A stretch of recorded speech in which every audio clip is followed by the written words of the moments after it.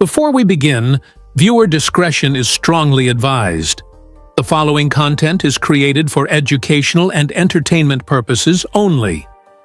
On day 15 of the federal trial against Sean Diddy Combs, the courtroom fell silent as an unexpected name echoed across the chambers: Jack Black.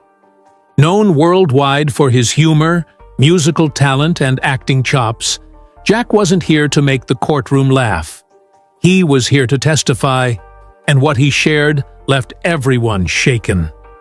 With trembling hands and a heavy heart, Jack spoke of chilling 3 a.m. hotel visits, disturbing hot group baths, and bizarre rituals that haunted him for over a decade.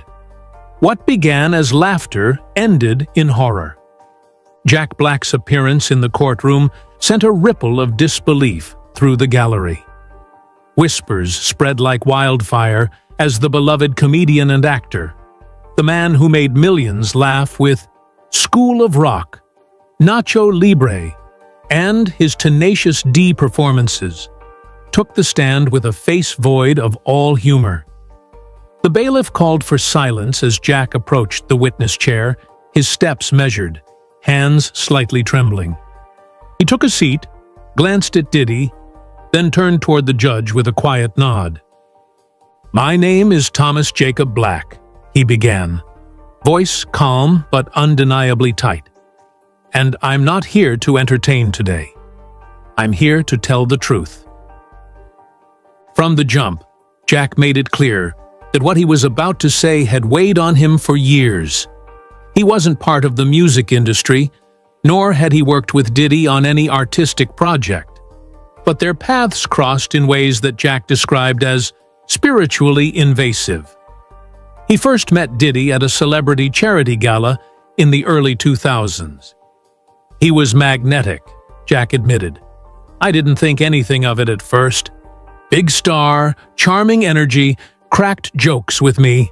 I thought, cool, we vibe." But then the invites started. "I got invited to parties, exclusive, private parties. I assumed it was networking, maybe even friendship," he said. "But I quickly realized that being around Diddy wasn't just about drinks and dancing. It was psychological." Jack described how, slowly, Diddy began inserting himself into Jack's world. "He started showing up where I didn't expect him. Award shows, backstage after performances, even out of the country. Once, I was in London for a film premiere. He was there. Didn't even say hi. Just watched from a corner." The eeriest moment, though, came when Jack noticed a pattern. He'd appear, or reach out, at exactly 3 a.m. Always 3. Never earlier, never later. At first, I thought it was coincidence. But then the knocks started. Jack paused, his voice cracking slightly. Hotel doors. Always just one knock. I'd open it. No one. But sometimes I'd see someone in white robes at the end of the hallway. I swear it was him. The room remained deathly still. "This is when the fear began," Jack said quietly, "because I realized I wasn't being invited anymore. I was being followed." Jack Black took a long breath before continuing, his eyes distant as if pulling the memories from a place he had buried deep. "I know how this sounds," he said. "It sounds crazy. I know what people think when they hear a comedian talk about robes and 3 a.m. visits, but I lived it." He leaned closer to the microphone, his voice steady but chilling. "It wasn't long after those strange hotel incidents that I got invited to something darker. It wasn't a party. It wasn't a celebration. It was something else entirely." He recounted receiving an envelope, unmarked, no return address, delivered to his hotel room during a comedy tour in New Orleans. Inside was a single sentence, Jack said, holding up a photocopy of the note. "Cleanse with us. The water remembers." Jack tried to laugh it off, thinking it was a prank. But later that night, Diddy called him personally. He just said, You're ready now. Don't fight it." Then he hung up. Shaken but curious, Jack admitted he eventually agreed to attend one of Diddy's gatherings. He described the location as an enormous estate outside Malibu, with high stone walls, fire pits glowing along the pathway, and guards dressed in what he called spa monk robes. When I entered, I was led straight to a tiled room. It looked like a high-end spa. Steam was rising.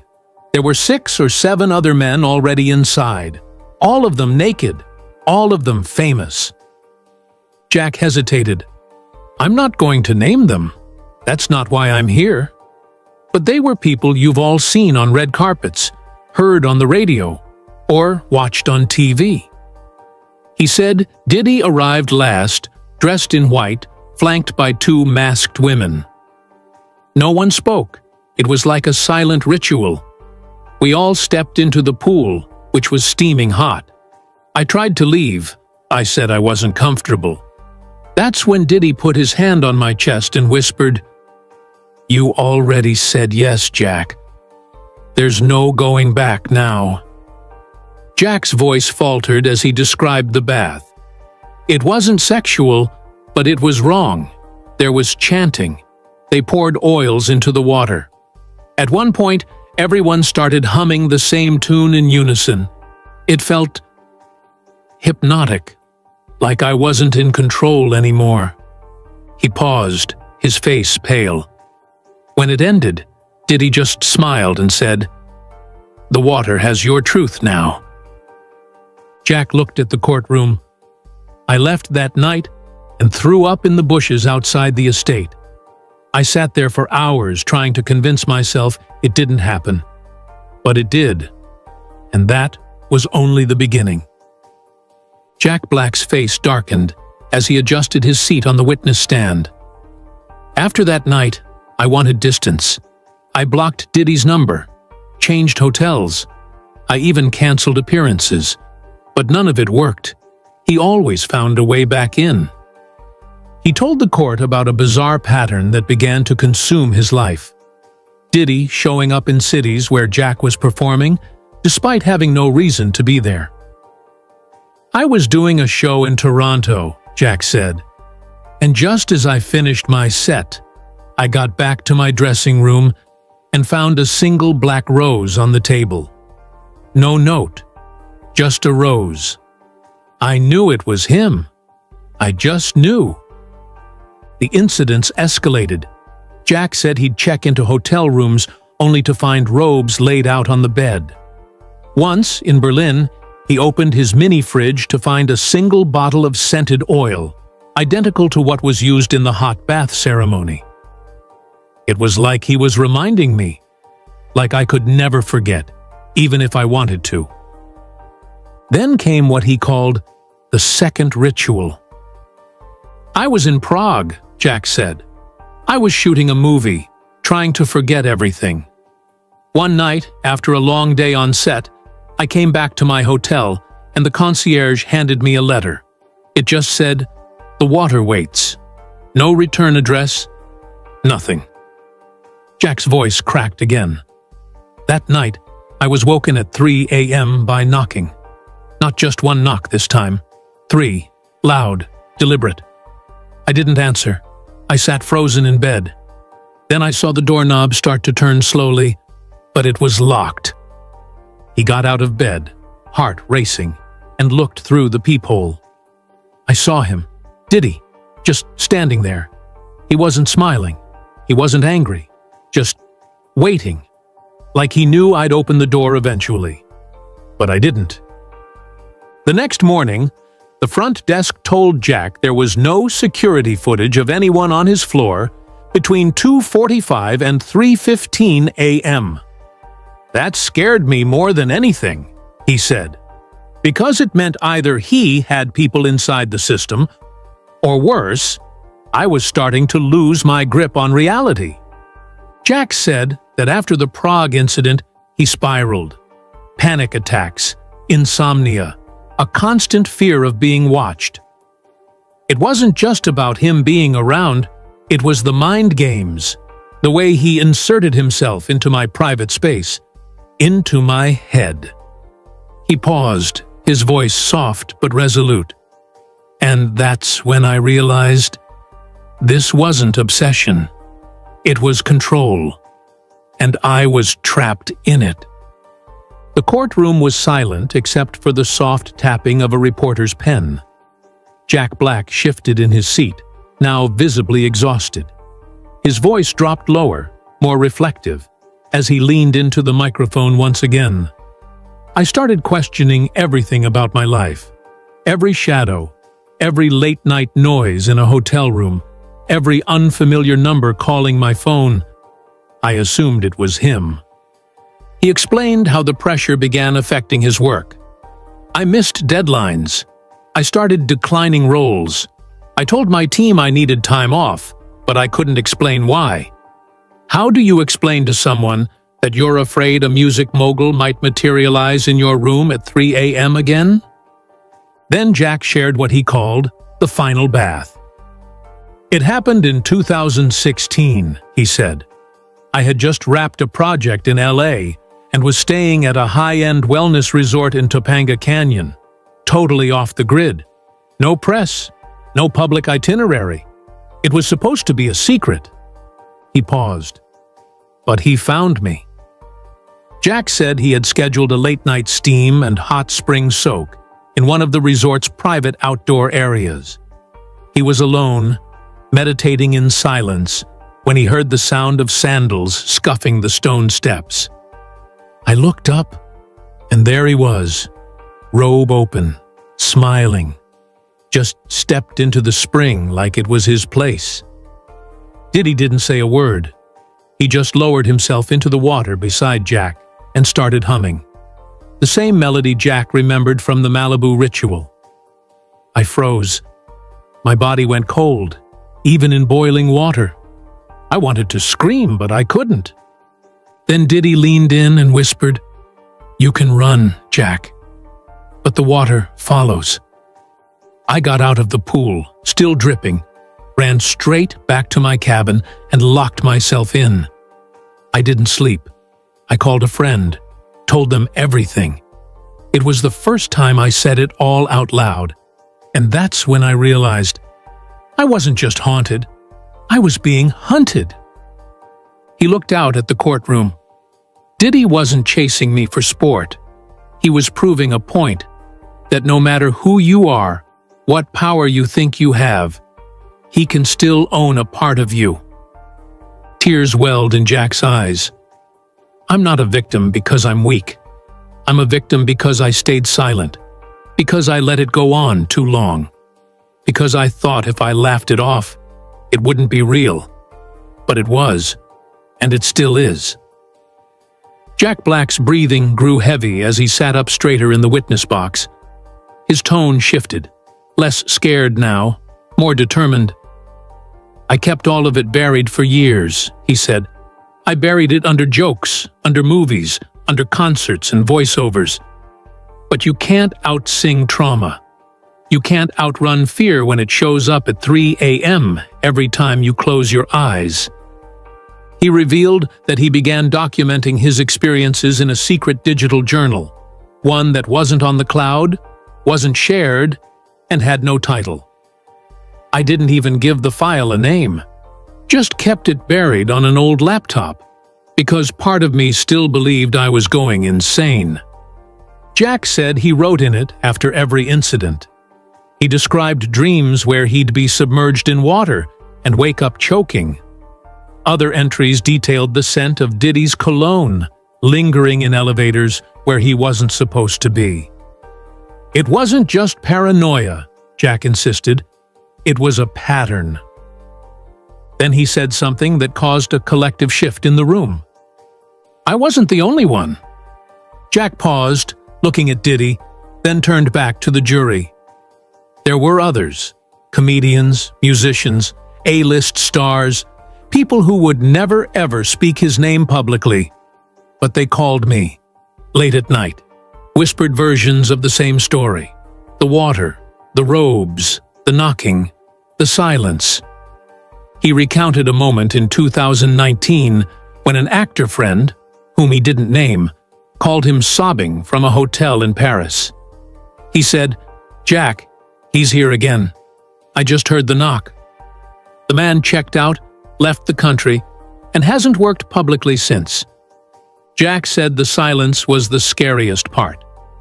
He didn't need to threaten us with words, just presence, a knock, a scent, a look from across the room at an awards show. It was enough to make you shut up. Jack testified that he eventually began suffering from insomnia so severe he had to seek sleep therapy. They asked what kept me up. I said, "Fear of water." They looked at me like I was joking. He wasn't. He finished part of his testimony with a chilling final image. "I started taping towels under the door in every hotel I stayed in, just in case he tried to slip a note under it, because sometimes he did." Jack wiped his eyes. "And every time I saw him on a red carpet after that, laughing with celebrities, smiling for the cameras, I wondered, how many of them had their own towel at the door?" Jack Black leaned forward, visibly exhausted but determined, as he continued unraveling the years of torment that had shadowed his fame. "Eventually, I decided to test it," he said. "I needed to know if this was real or just something I'd imagined. So I booked a hotel room under a fake name in a small town in Idaho. No press, no public announcement, no trail. I didn't even tell my agent." What happened next shook the courtroom. The second night, at exactly 3 a.m., I heard the knock. A hush fell over the room. "I didn't answer," Jack continued. "But the next morning, taped to the outside of my door, was a photo. A Polaroid. It was me, sleeping, taken through the hotel room window. On the back, in blue ink, was a message. The water is patient." Gasps erupted from the gallery. Jack held up the photo for the judge to see. This is when I knew. This wasn't paranoia. This was precision." He explained that after the Idaho incident, he finally went to the FBI. "I gave them everything, the photo, the journal, the oil bottles, the robe that was left at my home in 2020. But I was told there wasn't enough for a case, that it wasn't actionable. They said, maybe it's just a fan. Maybe it's a coincidence. But I knew better." Jack's voice hardened. They didn't understand. This wasn't about stalking. This was about psychological conditioning. Diddy had created a language of fear, symbols, scents, sounds. He weaponized them. And for years, I let him.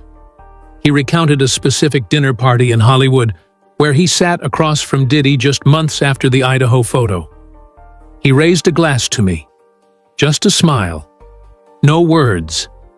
And suddenly I couldn't breathe. I excused myself, locked myself in the bathroom, and vomited in the sink. That's the control he had. No threats. No violence. Just presence. Then Jack grew quiet. And what's worse, I started to wonder if maybe I deserved it. Maybe I'd let it go too far. Maybe I'd opened the door one too many times. He paused. That's the real damage. It wasn't just the baths. It wasn't the knocking.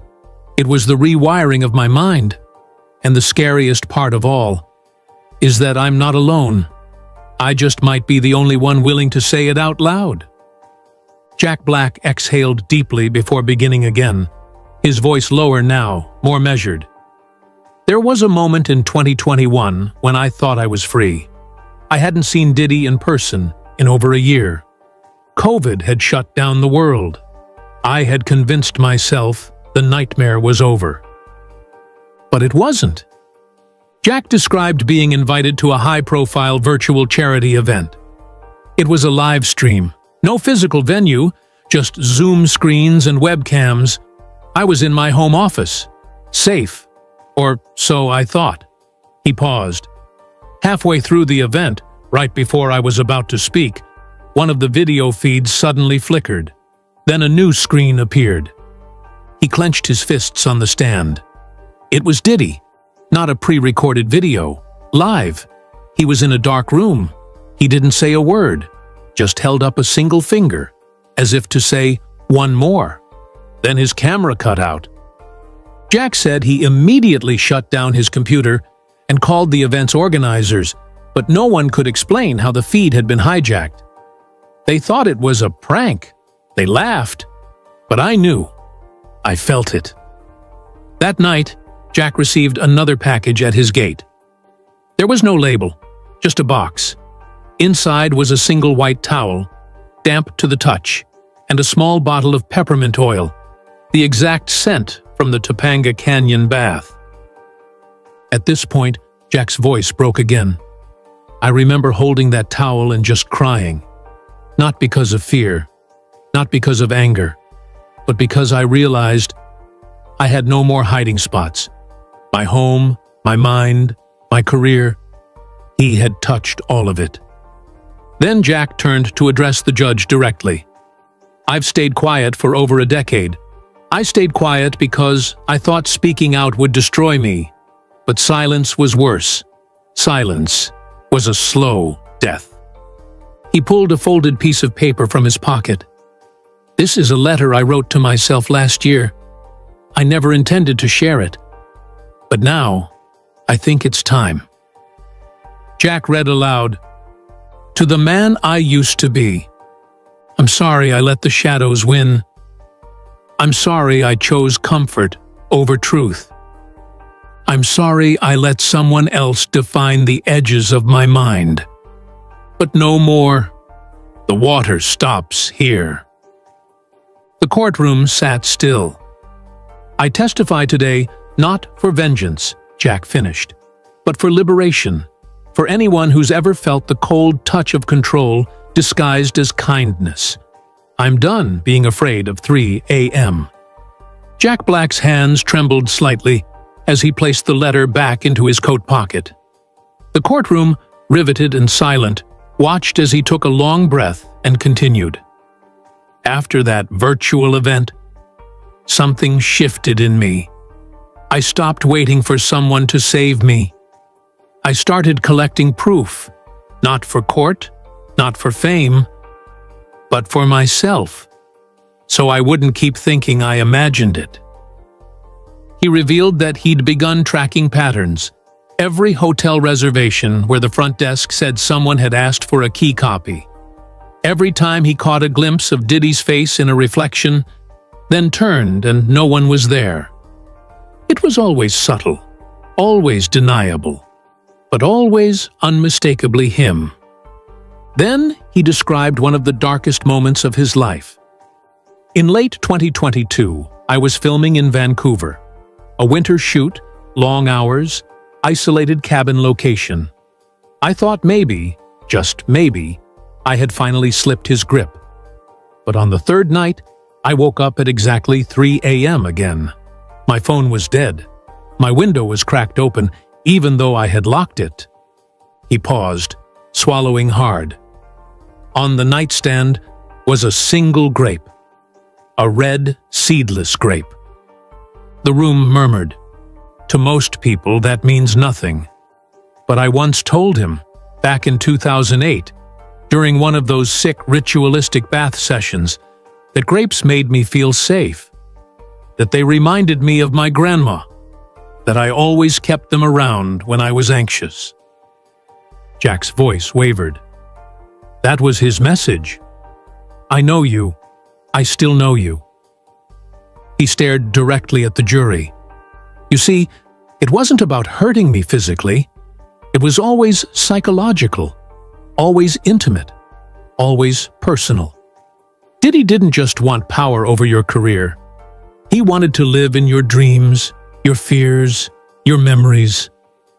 Then Jack revealed something even more harrowing. I later learned from a private investigator I hired, yes, I hired one, that I wasn't the only person reporting this kind of contact.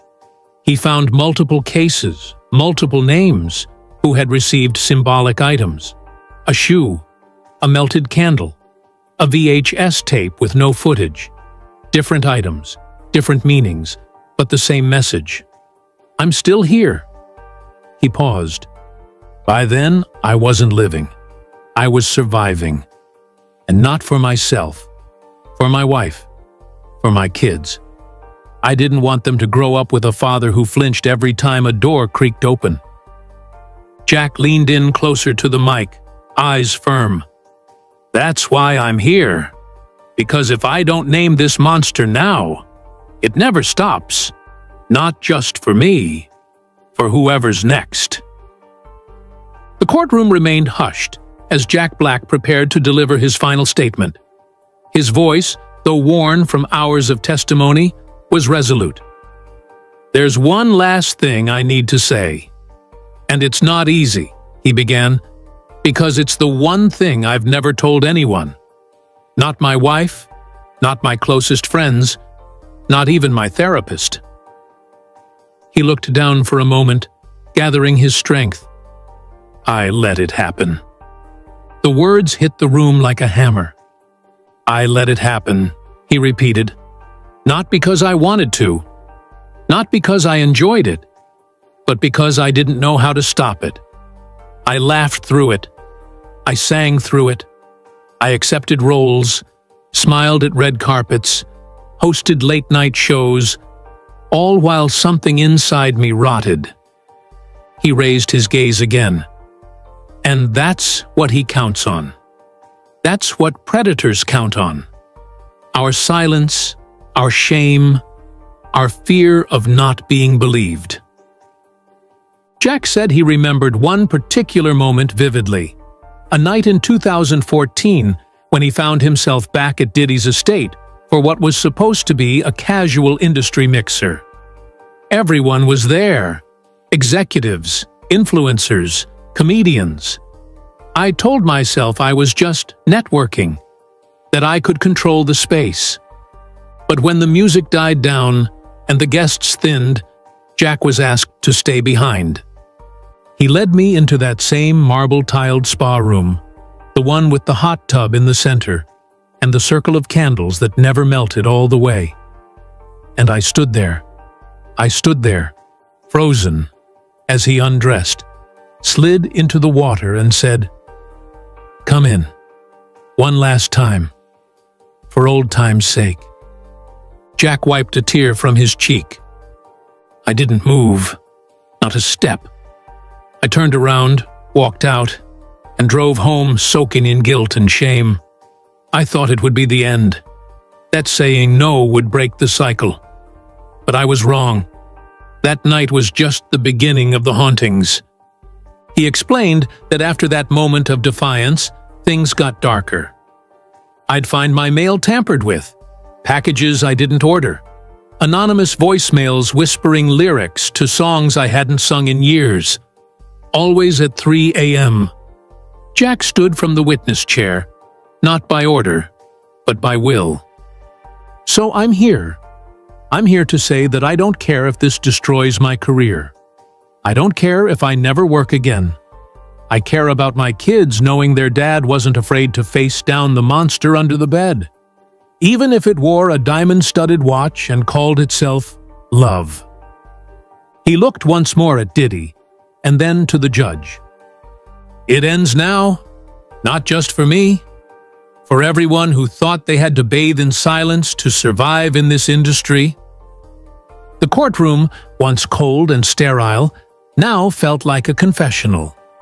Jack Black had spoken his truth, and no one could unhear it.